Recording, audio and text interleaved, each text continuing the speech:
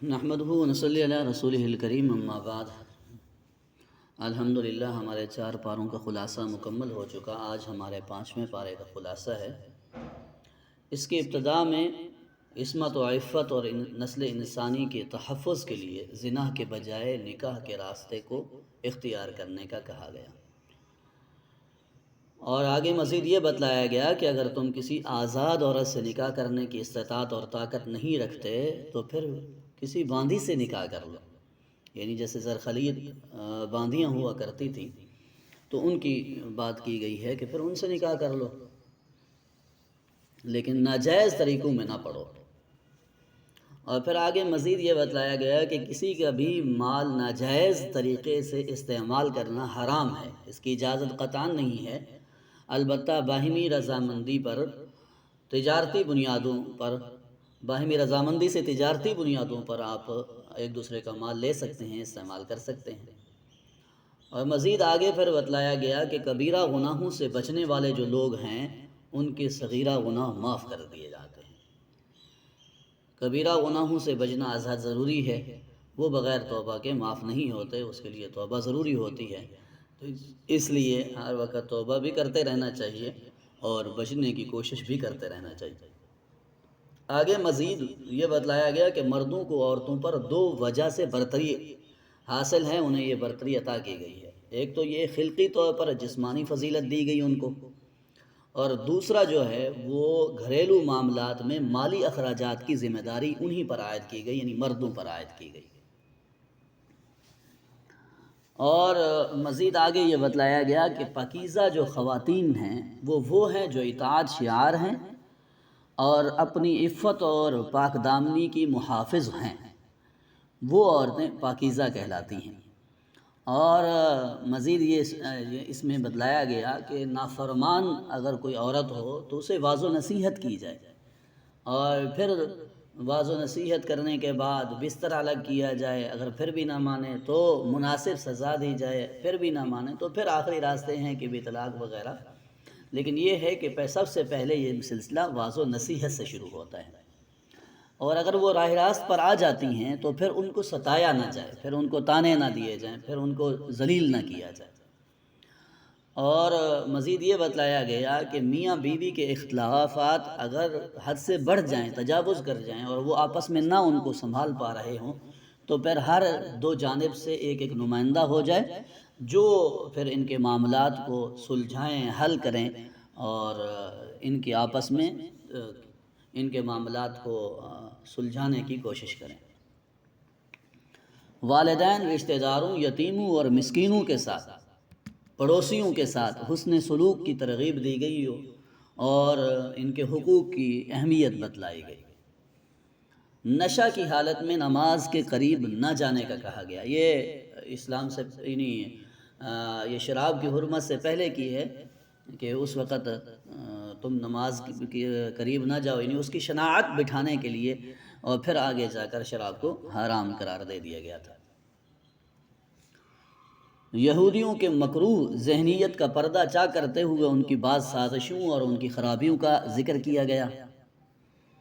اور مزید یہ بتلایا گیا کہ امانت کو اس کے مستحقین تک پہنچاؤ، کہ جو مستحق ہیں، اب امانت ایک وہ مال بھی ہوتی ہے اور ایک ذمہ داری بھی ہوتی ہے، امانت کو یعنی کما حقہ ادا کرنے کا کہا گیا۔ اللہ، رسول اور اولی الامر کی اطاعت کے لازم ہونے کو بتلایا گیا،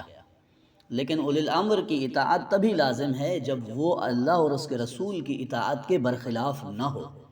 اگر اولی الامر یعنی امیر ایسی بات کا حکم کرتا ہے کہ جو اللہ اور اس کے رسول اللہ صلی اللہ علیہ وسلم کے حکم سے متضاد ہے تو اس وقت ماننا پھر لازم نہیں ہوگا۔ اور پھر اس واقعے کی طرف اشارہ کیا گیا جس میں ایک یہودی اور منافق جناب نبی کریم صلی اللہ علیہ وسلم کے پاس فیصلے کے لیے آئے، اور آپ صلی اللہ علیہ وسلم نے دلائل سننے کے بعد یہودی کے حق میں فیصلہ کر دیا، اور پھر یہ منافق اس یہودی کو لے کر حضرت عمر رضی اللہ تعالیٰ عنہ کے پاس چلا گیا. حضرت عمر رضی اللہ تعالیٰ عنہ کو اس یہودی نے بتلا دیا کہ ہم آپ صلی اللہ علیہ وسلم کے پاس سے ہو کر آ رہے ہیں اور میرے حق میں فیصلہ ہو چکا ہے. تو حضرت عمر رضی اللہ تعالیٰ عنہ نے اس منافق کو قتل کر دیا کہ جس نے نبی کریم صلی اللہ علیہ وسلم کا فیصلہ نہ مانا تو پھر عمر کا فیصلہ اس کے لیے یہی ہے. آگے پھر اللہ اور اس کے رسول کی اطاعت کرنے والے لوگوں کے متعلق بتایا گیا کہ جو اللہ اور اس کے رسول کی اطاعت کرتے ہیں وہ اللہ کے انعام یافتہ بندوں یعنی انبیاء، صدیقین، شہداء، صالحین کے ساتھ جنت میں ہوں گے. جہاد کی حکمت بتلائی گئی کہ کمزور لوگ جو ہیں وہ اسی دعا میں ہیں، یہی دعا کر رہے ہیں کہ اے اللہ ہمیں اس ظالم بستی سے نکال. تو اس وجہ سے پھر جہاد کو باقی بھی حکمتیں ہیں، یہ بھی ایک حکمت ذکر کی گئی. پھر آگے یہ بتلایا گیا کہ معاشرے کا جو امن و سکون تباہ کرنے والی چیز ہے یعنی افواہ سازی، افواہیں پھیلانا، اس کی مذمت کی گئی. اور یہ کہا گیا، یہ فرمایا گیا کہ اس معاملے میں متعلقہ فرد کی طرف رجوع کیا جائے، اس سے پوچھا جائے تاکہ پھر جو معاملہ ہو وہ واضح ہو سکے. کسی کی بھی افواہوں میں آ کر کوئی یعنی معاشرے کا معاملہ اور امن خراب نہ کیا جائے. پھر منافقین کے متعلق دو ٹوک پالیسی کا ذکر کیا گیا کہ اللہ رب العزت نے انہیں مسترد کر دیا ہے، تم ان کے متعلق کیسے متردد ہو؟ وہ لوگ یعنی منافق تو یہ چاہتے ہیں کہ تمہیں بھی وہ کافر بنا دیں تاکہ تم اور وہ ایک جیسے ہو جاؤ اور تم ان کے بارے میں متردد ہو. اس لیے جس طرح اللہ نے انہیں مسترد کر دیا ہے تم بھی انہیں مسترد کر دو. کسی مومن کے ناجائز قتل کی صورت میں دائمی جہنمی ہونے کی وعید سنائی گئی. اللہ کے نام پر ہجرت کرنے والوں کو اللہ بڑی وسعت اور فراخ البالی سے نوازتے ہیں، اس کا تذکرہ کیا گیا کہ جو اللہ کے لیے ہجرت کرتا ہے، اپنا گھر بار وہ چھوڑتا ہے اللہ ہی کے لیے، اللہ کے دین کے لیے، تو پھر اللہ کی مدد اور نصرت اس کے ساتھ ہو جاتی ہے. اور پھر صلاۃ الخوف کے نزول کا وہ واقعہ غزوہ بنی مصطلق میں کہ جب کافروں نے دیکھا ظہر کے وقت مسلمانوں کو ایک ساتھ نماز پڑھتے ہوئے تو ان کا ارادہ یہی بنا کہ اگلی نماز میں جب یہ ایک ساتھ نماز پڑھیں گے تو ہم ان پر یکبارگی حملہ کر کے ان مسلمانوں کو ختم کر دیں گے. یہ ارادہ انہوں نے کیا اور ادھر عصر کے وقت عصر کی نماز کے لیے صلاۃ الخوف کا حکم آ گیا کہ ایک جماعت آپ کے ساتھ نماز پڑھے اور ایک جماعت آگے کھڑی ہو جائے اسلحہ لے کر، اور پھر وہ جماعت آئے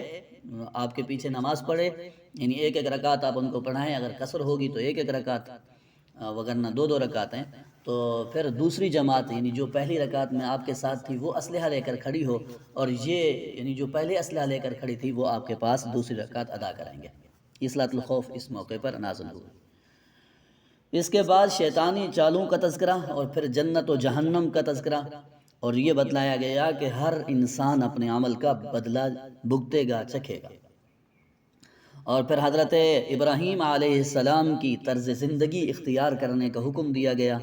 منافقین کے برے انجام کی نشاندہی کی گئی اور یہ حکم دیا گیا کہ ان لوگوں کی مجلسوں سے بھی بچو. اور آخر میں پھر یہ بتلایا گیا کہ اگر تم ایمان کے تقاضوں کو پورا کر رہے ہو اور اللہ کا شکر بھی ادا کرتے ہو تو پھر اللہ تمہیں کیوں کر عذاب دے گا؟ یعنی اللہ کو کیا کوئی ایسا تو نہیں ہے کہ اللہ کو کوئی شوق ہو کہ وہ تمہیں عذاب دے، ایسی کوئی بات نہیں. تو جب تم ایمان کے تقاضوں کو بھی پورا کر رہے ہو اور شکر گزاری بھی کر رہے ہو تو پھر اللہ تمہیں عذاب نہیں دے گا. مطلب یہ ہے کہ ایمان کے تقاضوں کو انسان پورا کرتا رہے اور شکر گزاری سے کام لیتا رہے، انشاءاللہ دنیا و آخرت میں وہ اچھے انجام اور اچھا صورتحال سے وہ گزرے گا. اللہ رب العزت ہمیں صحیح سمجھ نصیب فرمائے اور عمل کی توفیق عطا فرمائے.